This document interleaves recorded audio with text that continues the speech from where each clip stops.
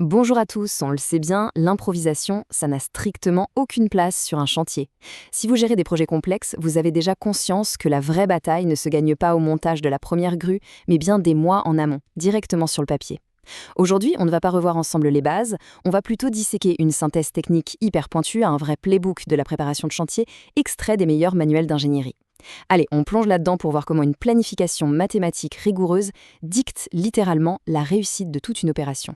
Au programme de notre liste de contrôle aujourd'hui, on va balayer les étapes de la préparation technique, passer à la prévention des risques majeurs, voir comment optimiser les ressources humaines, gérer la planification matérielle et on terminera par le fameux calendrier optimisé des livraisons. C'est parti, on attaque tout de suite avec notre phase 1, les grandes étapes de la préparation technique. C'est vraiment à ce stade que le brouillard se dissipe pour laisser place à un plan d'action chirurgical. C'est la fondation absolue de tout votre projet. On retrouve 4 grands piliers chronologiques ici. D'abord, l'analyse détaillée de l'affaire, en gros le décodage minutieux du dossier. Ensuite, il y a toutes les démarches administratives. Oui, c'est souvent très fastidieux, mais c'est tout simplement incontournable sur le plan légal. Le troisième point, c'est vraiment le cœur stratégique, le choix du mode constructif.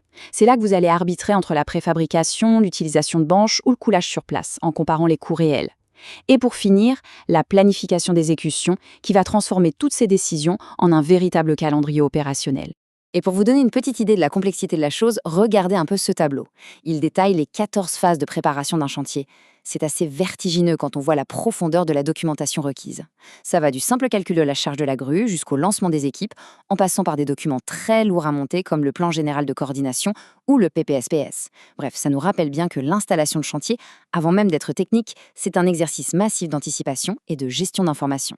Ce qui nous amène très logiquement à notre phase 2, la prévention des risques majeurs.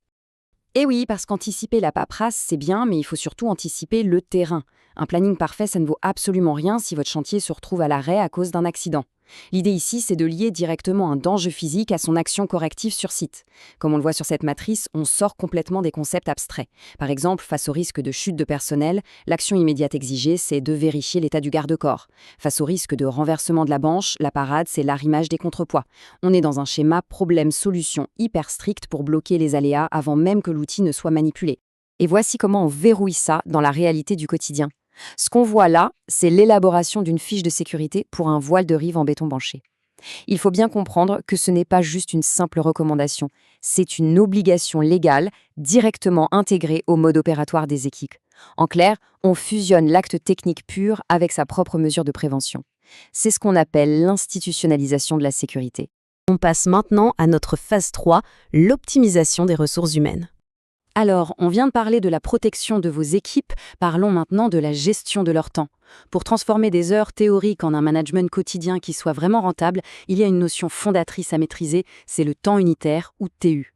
Concrètement, c'est le temps standard qu'un ouvrier qualifié va mettre pour produire une unité spécifique d'ouvrage, faire 1 m² de coffrage par exemple. Sans cette donnée de base, il est littéralement impossible de calculer vos besoins exacts en main-d'œuvre, ni même de mesurer l'efficacité sur le terrain. Et visuellement, l'application de ce fameux temps unitaire, ça donne ce diagramme d'équilibrage des tâches. Oubliez le simple calendrier qu'on affiche au moins. Là, on est sur une véritable chorégraphie, calée heure par heure. La grue, l'équipe de voile, l'équipe de plancher, tout est millimétré. De sorte qu'à 10 heures, pendant que l'équipe A ferraille, la grue est disponible pour décharger les prémurs de l'équipe B. Le but ultime de cette rigueur, éradiquer le pire ennemi du chantier, le temps mort improductif. Ce qui nous fait enchaîner avec la phase 4, la gestion et la planification matérielle. Vous vous en doutez, pour que les équipes ne s'arrêtent jamais de bosser, la machinerie doit suivre la cadence. Alors accrochez-vous bien à ce chiffre, 0,846 minutes. C'est un peu plus de 50 secondes.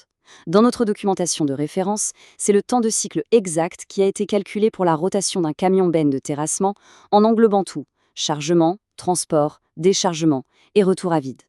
Ça prouve bien une chose, la logistique, ce n'est pas du hasard, c'est de la précision mathématique pure et dure. Ce document illustre tout ça à la perfection. C'est la théorie des files d'attente appliquée directement aux engins de terrassement.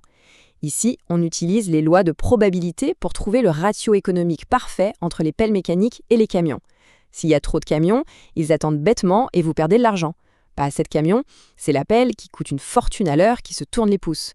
La probabilité nous donne ce ratio exact, la fameuse Noria, pour vraiment optimiser le rendement du parc.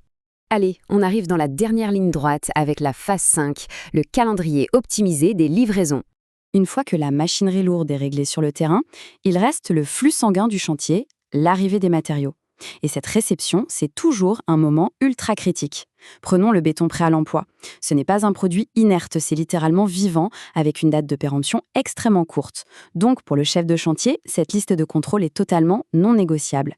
Vérification du fournisseur, conformité absolue de la formule, validation de l'heure de fabrication, et surtout, on ne plaisante pas avec l'heure limite de vidange. Dépasser ce délai, c'est tout bonnement compromettre l'intégrité structurelle de votre ouvrage. Regardez un peu ce facsimilé d'un frère bon de livraison. Le superviseur, il ne se contente pas de griffonner sa signature en bas de la page. Il vérifie la classe d'environnement, le ciment, la granularité, et il trace tout, l'heure d'arrivée, le début de vidange, la fin de vidange. Cette traçabilité, elle doit être absolue. Pourquoi ? Parce que c'est exactement ce bout de papier qui engagera ou qui dégagera la responsabilité de l'entreprise s'il y a un litige en jour. Ce qui nous ramène tout droit à cette philosophie centrale qu'on retrouve partout dans notre synthèse. La préparation de chantier doit permettre de livrer au chantier le matériel strictement nécessaire et juste à temps. Fini les stocks inutiles qui encombrent l'espace et bloquent la trésorerie. Le flux tendu, s'il est géré par une préparation implacable, c'est de loin votre meilleure arme pour maîtriser les coûts de revient. Et bien voilà, nous avons balayé ensemble les piliers d'une organisation vraiment millimétrée, de la paperasse administrative à la livraison de la dernière toupie de béton. Mais je vous laisse quand même sur cette réflexion. Est-ce qu'une planification mathématique parfaite sur le papier, ça suffit toujours à anticiper la réalité brutale du terrain et les gros aléas climatiques ? Le débat est ouvert et je suis sûre que les chefs de projet aguerris parmi vous ont un avis là-dessus. D'ailleurs, si vous voulez approfondir tous ces outils d'organisation pour vos propres projets, c'est simple, demandez le guide de préparation technique complet dans les commentaires. Un grand merci d'avoir suivi ce décryptage avec moi et je vous dis à très bientôt pour une nouvelle analyse.